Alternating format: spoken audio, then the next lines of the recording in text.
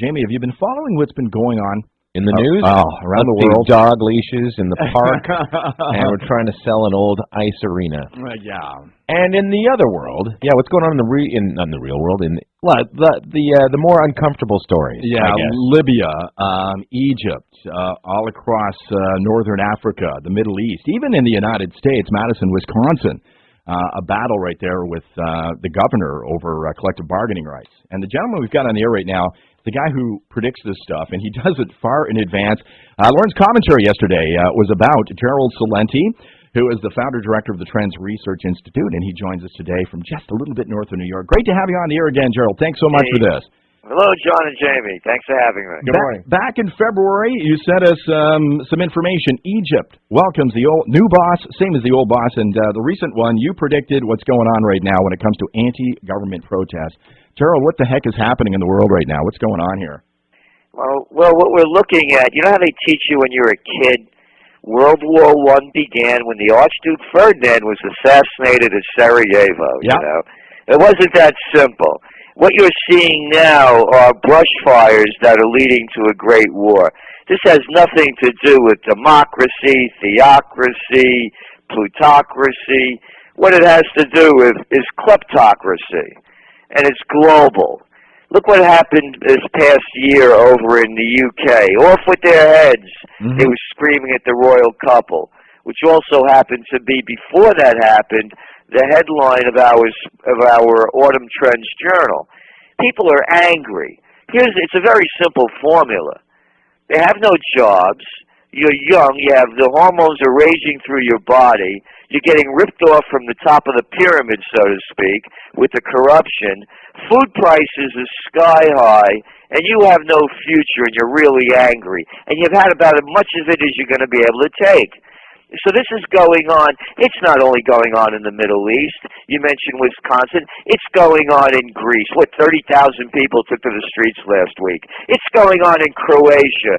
About 20,000 took to the streets over the weekend. It's going on in Albania, Romania. You're going to see it. You saw it in France already. You're going to see it again.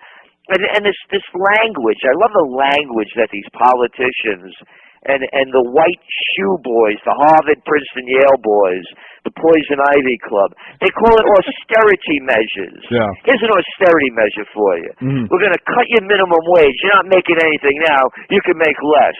We're going to cut services, and we're going to increase every service that you're going to get. The price is going to go up. Oh, and another thing. We're going to cut pensions and benefits, and we're going to increase retirement age until after you die. You think they're angry? Oh, and taxes are going to go up across the board because we have to bail out the big guys. They made bad bets. The banks can't take any losses. They're better than you are. They don't like to take losses, so you have to pay for them. What's the end game here? How does this all end? I mean, you're seeing the first war of the 21st century.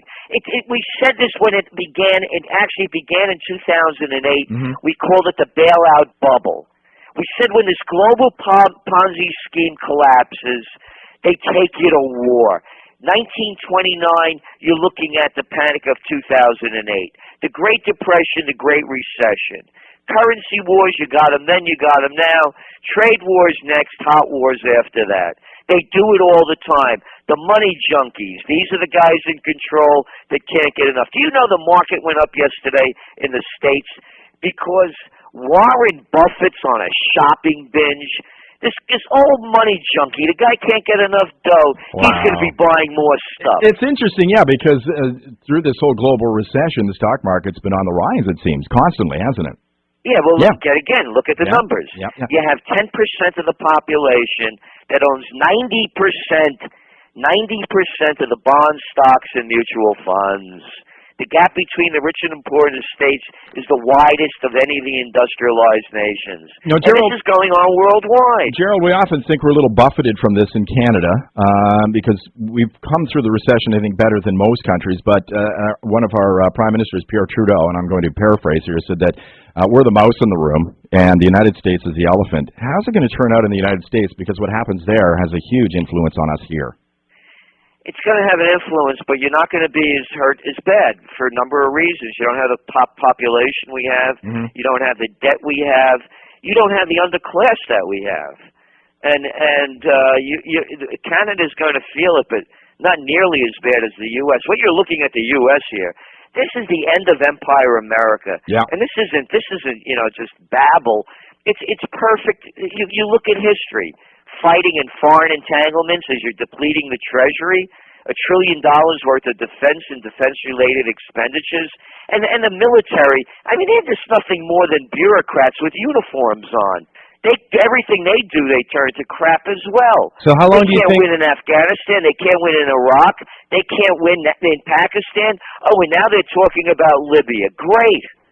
So how long do you think we should wait before we come over and take you over? You're not going to want it. You're not going to want it. Exactly. We'll see what's left. So we'll I don't know. We'll keep Charlie Sheen, maybe fix him up a bit, and that's about it. Oh, by the way, here's the hypocrisy too. Yeah. Everybody's talking about the slaughter going on in Libya. Yeah. Mm-hmm. You think they'd care about Libya if their major export was broccoli? Yeah. Nobody's in. They just killed 15 people in the Ivory Coast. The only thing they were exporting are cocoa beans. Yeah. Nobody cares about them. You don't hear any outrage. Yeah. Gerald, listen, got to let you go. I wish I had an hour with you. It's always fun to talk to you. Your website is trendsresearch.com. People can find out more about you, get more information. Get somebody to give you a hug, Gerald. Come on. Thanks a lot, Gerald. We appreciate it. Okay, guys. Have a great day. That is Gerald Celente. He is the founder, director of the Trends Research Institute. And